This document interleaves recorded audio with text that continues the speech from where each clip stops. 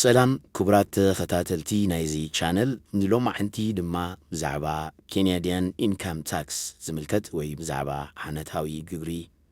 أتاوي نمانجستي كندا زقفل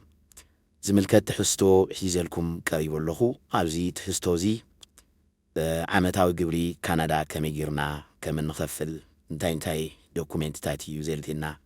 كميجيرنا تاكس ريفاندناتنا ويتي مانجستي زملسلنا جنزب زبازح نركب أرز بالحسابات زتغمنا حبريتاتات قريب اللغو ساع موداتا نزا فيديو تغطاتلوا أزي تغامزوغنا حبريتاتات كترخويغم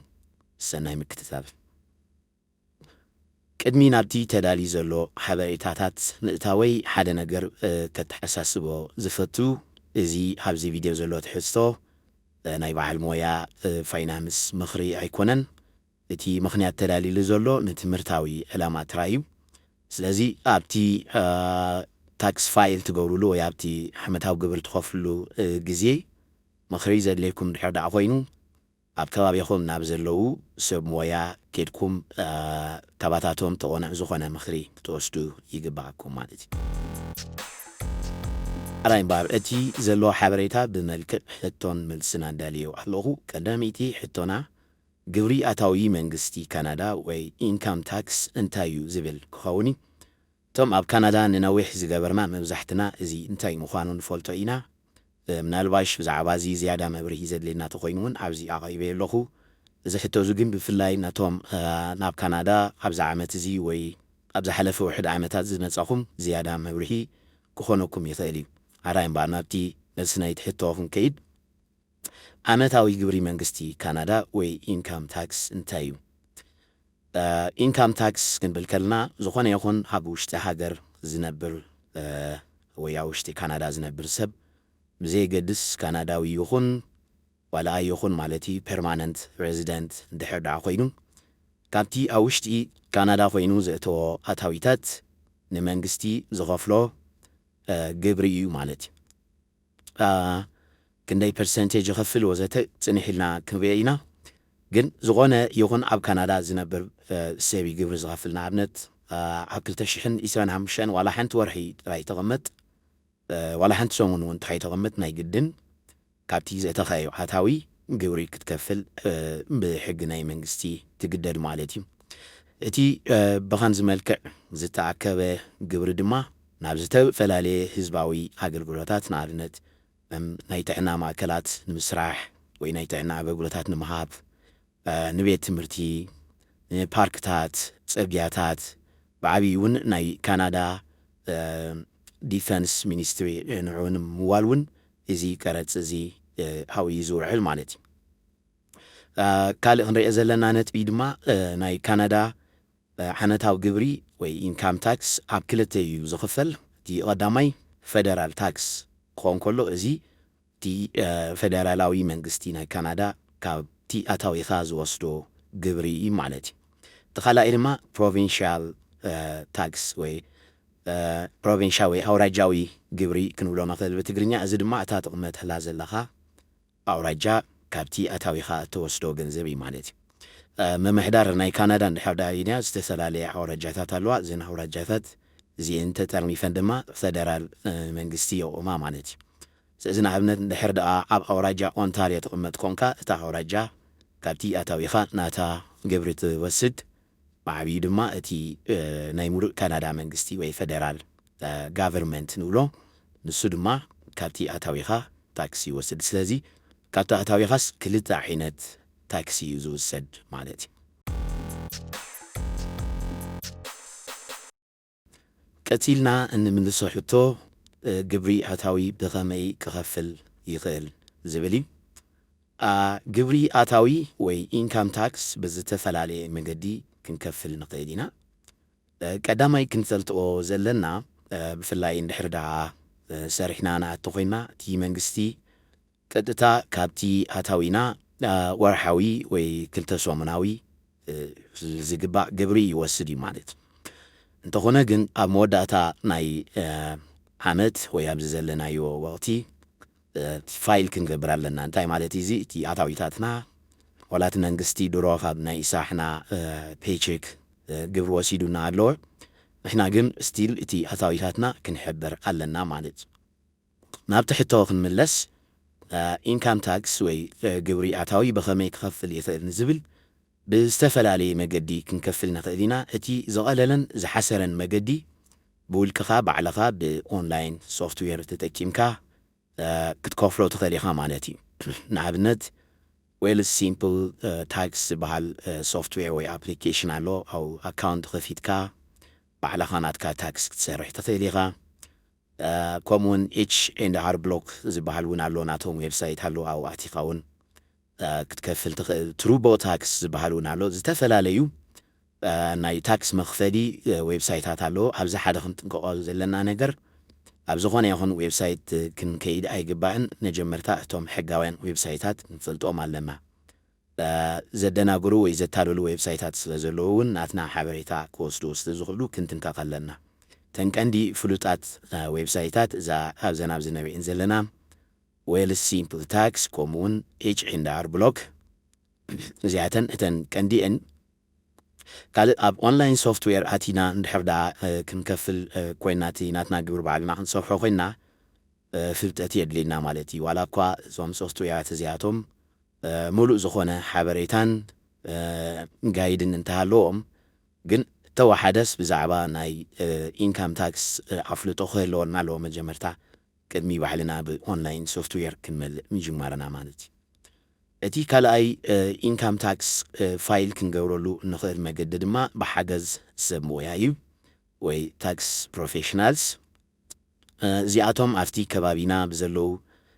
ናይ ታክስ ትካላት ክኾኑ ክእሉ እዮም ከምኡውን በብውልቆም ዝሰርሑ ኣካውንታንትስ ክኾኑ ክእሉ ማለት እዩ ብፍላይ ኣብዚ ናትና ማሕበረሰብ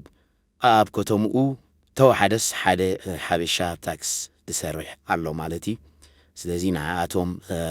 ብምርካብ እሳቶም ብቋንቋ ክረዳድኡና እውን ስለ ዝኽእሉ እሳታቶም ነቲ ናትና ኣታዊ ታክስ ክሰርሑልና ይኽእሉ እዮም ማለት እዩ እዞም ሰባት እዚኣቶም መጀመርታ ክንፈልጦም ኣለና ሰብ ሞያ ክኾኑ ኣለዎም ካብ ካልኦት ሰባት እውን ናቶም ምስክርነት ክፍርክብ ኣለና ቅድሚ ሕጂ ብዛዕባ ዝሰርሕዎ ታክስ ኢንካም ማለት እዩ እቲ ናትና ታክስ ኢንካም ዝኾነ ሰብ ክህቦ ኣይግባእን ምክንያቱ ናትና ሓበሬታ ስለ ንህቦም ዘለና ናትና ናይ ኣታዊ ሓበሬታ ናይ ውልቃዊ ሓበሬታ ስለ ንህቦም ዘለና ንመን ንህቦ ኣለና ክንትንቀቕ ይግባእና ማለት እዩ ሳልሳይ መገዲ ኣብ ከተምኡ እውን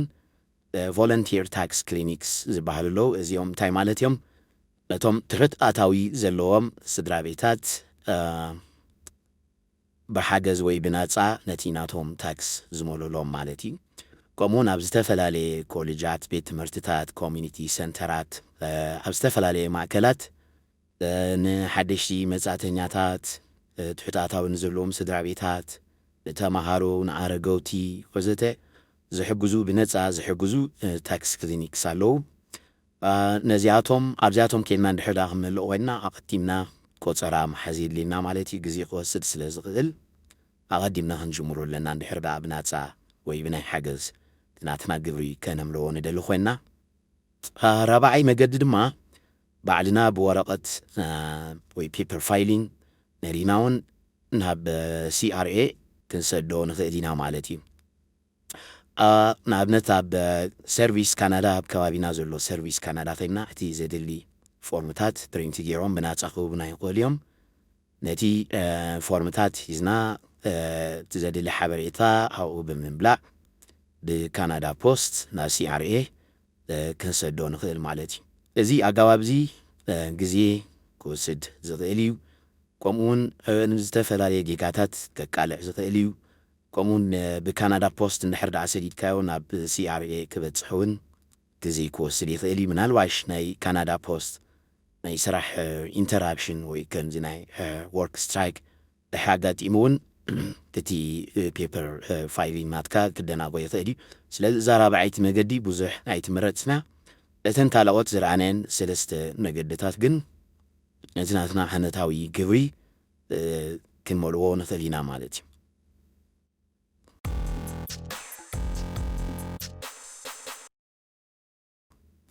راي ماركت إلا نريح التورما جبري أتاوي مقمل زديني دوكومنتات خاينوت يوم تلقى تكون سلازي كابزان أغدينا زرعنان 4 نقدتات جبري أتاوي كمل علن نقل حنتي مسمارتنا الحريو تيزد لنا دوكومنتات كندالو لنا مالتي جبري أتاوي فايل مقبار وينا منجستي ريبورت نقبار استفاد حينتي دوكومنتات يزد لنا بمجمرتا زد لنا ناتنا مننت ويولقاوي حبايتا زرئيو سندات يدلينا مالتي زي مالت سوشال انشورانس نمبر يدلينا مبزحتنا عب كندا مقمت سبات زي نفولتو إنا نالواش حدشتي ندحركونا وين السوشال انشورانس نمبر ويسين نمبر نقولو ناب كندا عبزاتنا لو ساعتي وهابنا إمالتي سوشال انشورانس نمبر اندحر دا زيدلنا جبري أتاوي كنملئ أشجاري مالت سلازي زي سوشال انشورانس نمبر زي مجمع تهدلنا مالت كلا إدما ناي بانكي حبريتا وي دايركت ديبوزيت زي مالت تمنجستي نتي نابنت تجبرنا فايل مسجبرنا منجست زمسلنا جنزب اندحر دا هاليو كتتانا بانكنا يزمول سو مالتي سلازي ماي بانك حبريتا دايركت ديبوزيت اللي مالتي إذا حبريتا زي من أواش داي كمي جرنا كم نروح وزين فلت من حرد عقينا نبتي إن تكملوا بانكي تمخد كباتاتهم تحبريتها كنروح أو مثلينا مالتي سالساي بزعبا من نتولك أو حبريتان سندات نزملكت دما نوتيس أوف أسسمنت ناي حالة عامة اللي مالتي زنتاي مالتيو كن محجين لحرد جبراتاوي فايل جرمانيرنا من قست كندا نتينا جبراتاو فايل مسكبرنا دسدلنا دوكومنتيو نوتيس اوف اسسمنت فاي بحال زي نخلط ناي تاكس حبريتاناتنا زرئي مالتيو سلازي ناي زحلف عامد نوتيس اوف اسسمنتو ندلينا او استفلالي ناي اتاويتاتنا نزخفلنا جبرم زرئي حبريتاتات سلازلو نعود ما هالزي ناي زعامت زي جبري كنت كامولو سلانغل نسوون يدلينا مالتي بجكا زي دماغ نتي زجبرنا أتاويتات زجلت income slips وتي slips بحال بتلمرو زي دوكومنت تاتزون يدلينا مالتي تقدميتي تدلينا income slip تي فورت بحال زي عمس سرح زت حاس كوينا أب حنتي عمت أب تعملت عمت تفايوم متنجنزب كنديزا كل جبرة فيلكا ني أي كميك فيلكا ن pension plan كميك فيلكا كم تزعم السلة مسرحكا زتحاز حاليتها زلوا ورغتها زيا كتتا أب فبراير كابتي نسرحلو زلنا بوتا كرخوانا مالتي من هالواش لألي حدا سرح انتدا حالينا ويون أبستفى لي بوتات نحدا سرحنا أوشتي حنتا عمت كاب كلن تن سرحنا لن تكالات تي فور كنكبال يجبانا مالتي تفعلي دوكومنت تماسا ساليت كوينا تي 48 بال زيانتهم بولكي سرح بسرح سبات وي سيلف امبلويد نولم نتيناتهم زلوم اتحاوي التريا مالتي نابنت جيز تفعلي بولكي نسرحو سرح كولي التوصفي بجكات توصيرنا نسرحو مالتي سلازي زيانعو تري دوكومنت دما تدلينا مالتي سالسيتي دوكومنت خاني تي 5 زيا كاب بانكي كاتنت كومولو زلنا بانكي نرخويا ندحر دا زوفرنايا ገንዘብ ወይ ኢንቨስት ዝገበርናዮ ገንዘብ ሃሊና ወድማ ካው ዝረፈናዮ ረብሓታት እንተሃልዩ እቲ ባንኪ T5 ዝበሃል ዶኩሜንት ይሰደርና ማለት ይመብዛሕትኡ ግዜ እዚ ዶኩሜንት እዚ ቀጥታ ብኢሜይልና ወይ ድማ አቲናትና ቦክስ ሜይል ክስዱልና ስለዝኽእሉ ነዚውን ክንከታተሎ ይግባና ማለት ራብዒቲ ዶኩሜንት ድማ T4E ኮይና حبتي استفاد يمكنها سرح زقارة معلو جزي employment insurance نزخف لنا جنزب التري يا مالتي عملت كاب سرح مسنو بكر منجستي زخف لنا جنزب علونا employment insurance أبزع عملت زيما كم معينة نجرت العنيرو كاب سرح بوخير مع تنيرنا بزحواتي استخف لنا جنزب مسون كما تاوي استزوت صار نعو التري دوكمنت زياد ما كاد منجستي نقبلا دوكومنتيا سلازي زياون كنكتاتلا يقبع مالتي سالساي زدلينا دوكومنتات دماني مس ديدكشن وي كريديتس ز تحازيوم ዝንታይ ማለት እዩ ኣብ ታዓመት እዚኣ ዝተፈላለዩ ዘውፀናዮ ወፃኢታት ግን ከዓ መንግስቲ ካብቲ ኣታዊና ታክስ ክገብሮ ዘይደሊ ወይ ታክስ ክቆርፀልና ዘይደሊ ማለት እዩ እዚአን ብጣዕሚ ኣገደስቲን ምክንያቱ እዘን ዶኩሜንት እዚኣተን ካብ መንግስቲ ዝበዝሐ ገንዘብ ሪፋንድ ንክንገብር ወይ ድማ ዝተሓተ ቀረፅ ንክንከፍል ዝሕግዛና እየን ማለት እዩ ተቐዳሚቲ ዶኩሜንት ቲዩሽን ሰርቲፊኬት ወይ T2202 ንብላ ኮይና ምስ ትምህርቲ ዝተተሓሓዘት እያ ንኣብነት ተምሃራይ እንድሕር ዳ ኮንካ ሞ ድማ ኣብ ኮሌጅ ወይ ንዩኒቨርሲቲ ዘውፃኻዮ ገንዘብ እንተዳ ሃልዩ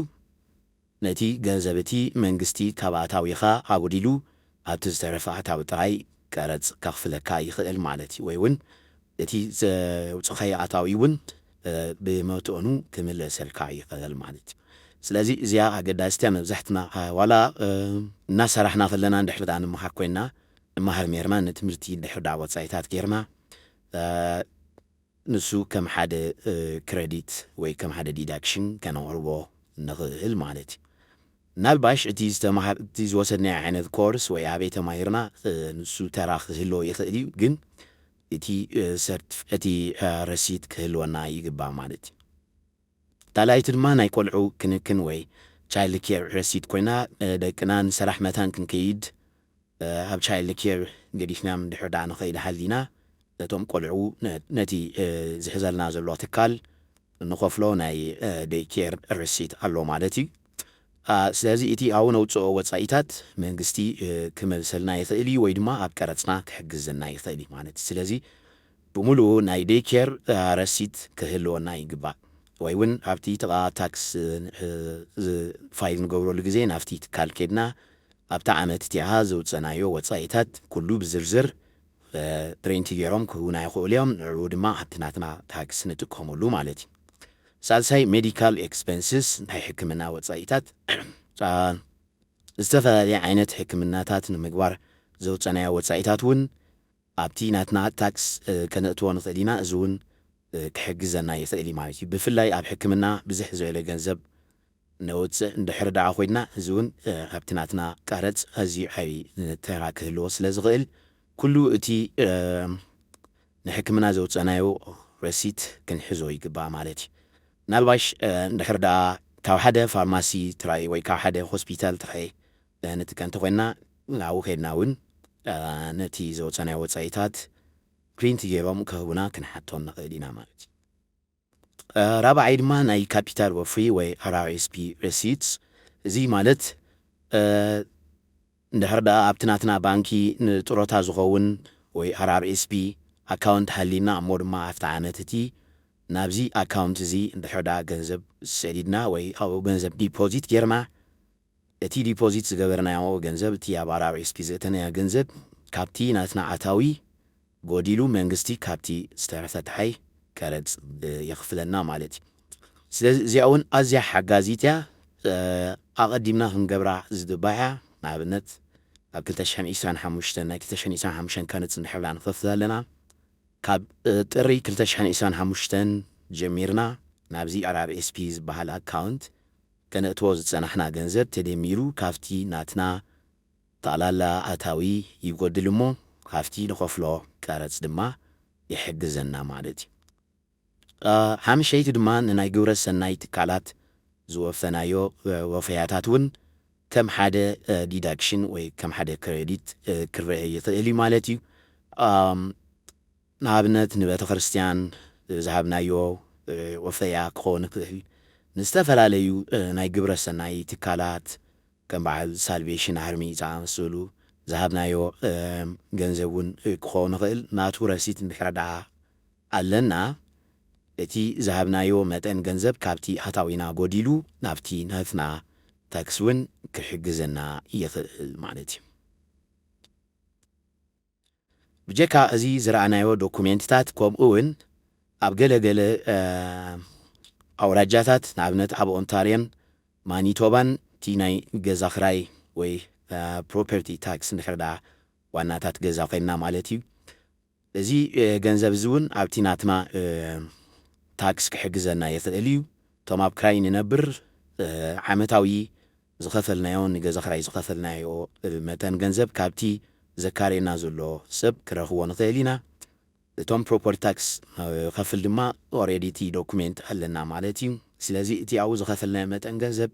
أبزن كلته أورجاتات أب أونتاريو ويا مانيتوبا أبتي provincial tax كحجزنا سلاز خال سون حدا كابتي نتكملو دوكمنت تاتي مالتي مجا كازي نايسرح وصايتات بفلاي توم أبجزاو خينا نسرح لستي سرحنا بزتححز وصانايو وصايتات نحردا علينا مود ماناتو رسيت نحردا علينا نعون تم حدا deduction كنت كملو نخدينا أبتي نجورو income tax filing مالتي أمو داتا من دوكومنتات بزملكت كله نزعنة زيعة tax فايل نمجوار استتكمنا له دوكومنتات بحدا أكيبنا ترميفنا كنحوزن انتو حدا دما نشدشته عمتات لاب جذبهم سحسرت عمتات زبل حبري تاريخي بالله كنحوزو يقبعنا مالتي زي نجبر له مخنيات دما منجستي ويتينا كارت زكالاتل CRA زبال تكال متصراي كجبر سلازخل دحري شدشت عمت ماتيون حتى الناس لازخل بزعوا كن مش شدشت عمت زخل ما غرت مرقاقت إن مغرب مالتي سلازي أو حنتي فولدر ويا حنتي فايل أضميتنا نتي دوكمنتاتنا ترسيتاتنا كله بحادة إذنا أبو بوتا كانوا متو يجبان مالت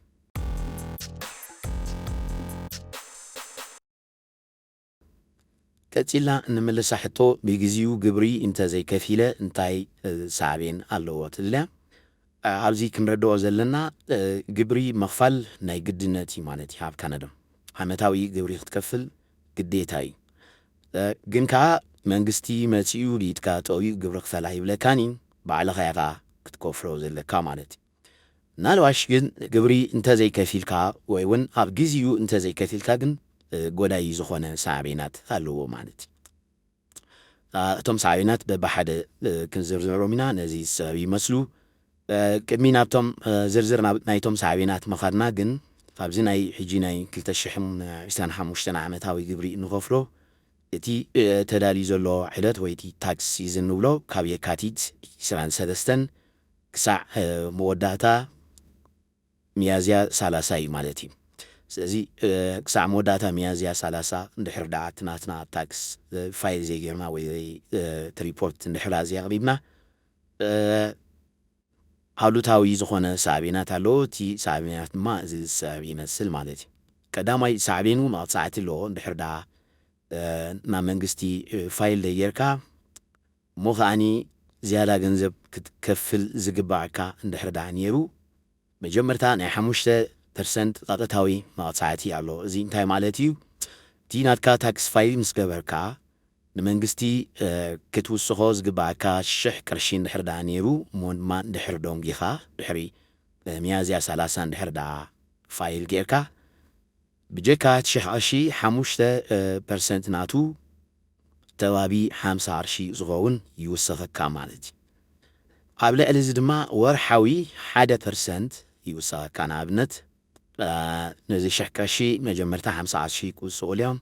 شحن 50 كخوني ندحر دا فايل كي قبر كاميسكا ورحي وسيحتا دما شحن سوسا هون 10 وساعة كلتور حدا كهاني شحن ساعة نادل كوم نادل تيغانزب كو هلال يثالي مانتي كسب 10 كلت هوارح ويك ساعتي زمد ساعمت تيغانزب كوسخكا يفل ماي سلازي تتي كنكوفلو زقبا جنزب وي تي ريبورت كنغورو زقبا الجزيو ريبورت كنغورو اقداسي وجي كازي دما توصافي معالتاوي انترستون كنكفل نقدد مالتي زي مالت حبرس زي زرعنايو بغدتا زوسا حموشتا ميتاويتن حاوشتتي ورحاوي حالة ميتاويتن معالتاوين compounded daily interest وي معالتاوي ولد كنكفل نقدر معي سلازي انتاي بحفشا ابلوتو عبقزي نحردا ديكريث إلنا ويابلوتو عبقزي نحردا ريبورت زي جيرنا اتي كمتسنا سخد السابين ابلوتاويو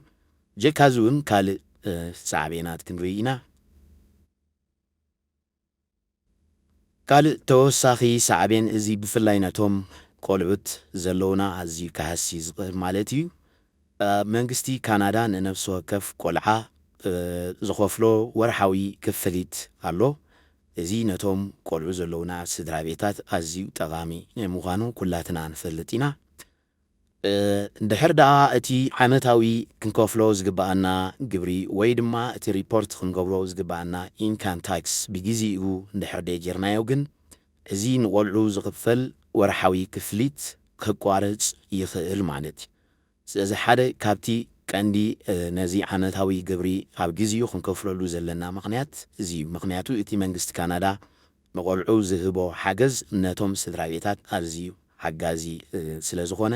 ክቋረፅ ኣይግብኦን እዩ መታን ከይቋረፅ ድማ ነቲ ናትና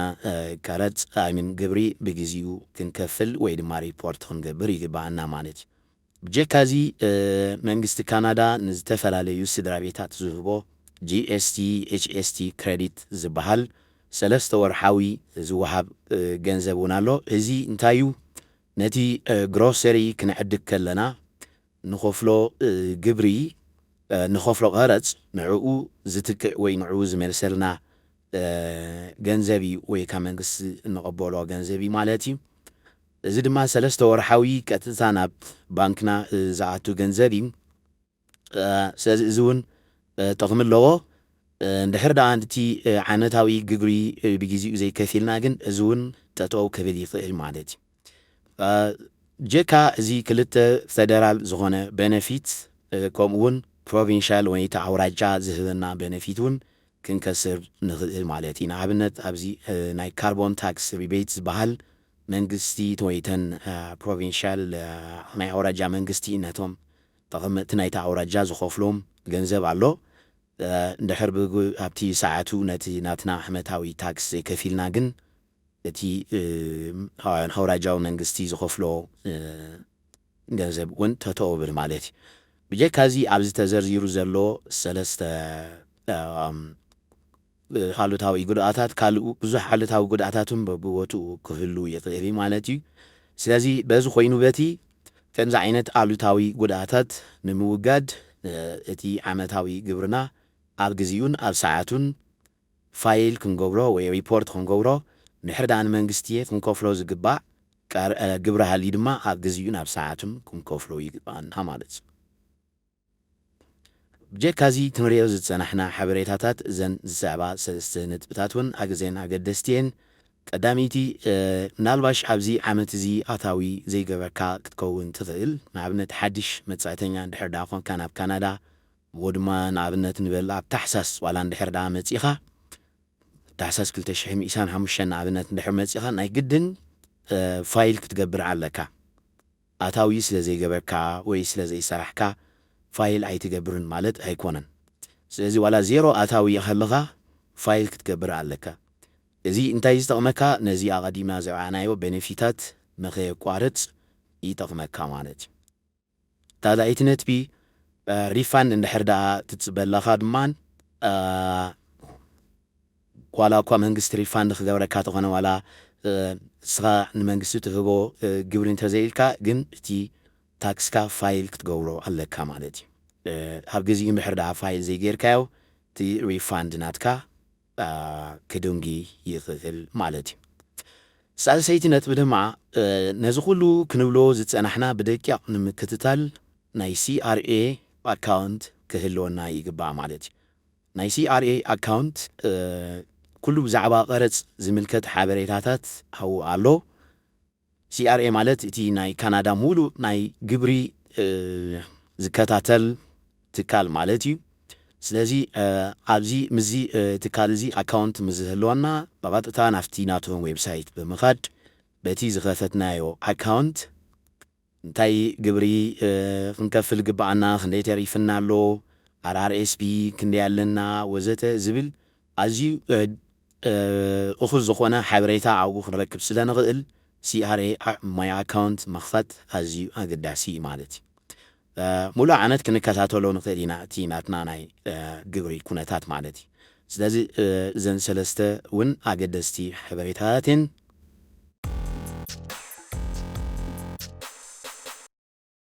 ካብዚ ዝሃብኩኹም ሓበሬታታት ጠቓሚ ነገር ረኺብኩም ክትኮኑ ተስፋ እናገበርኩ ከምዚ ዝኣመሰለ ንኣሜሪካን ካናዳን ዝምልከት ዝተፈላለዩ ጊዜያዊ ጠቓምን ዝኾነ ሓበሬታታት ኣብዚ ቻነል ቀጻሊ ክንጽዕን ስለ ዝኾንና ናብዚ ቻነል እዚ እቶም ሳብስክራይብ ዘይገበርኩም ሳብስክራይብ ክትገብሩ ብትሕትና ይዕድመኩም።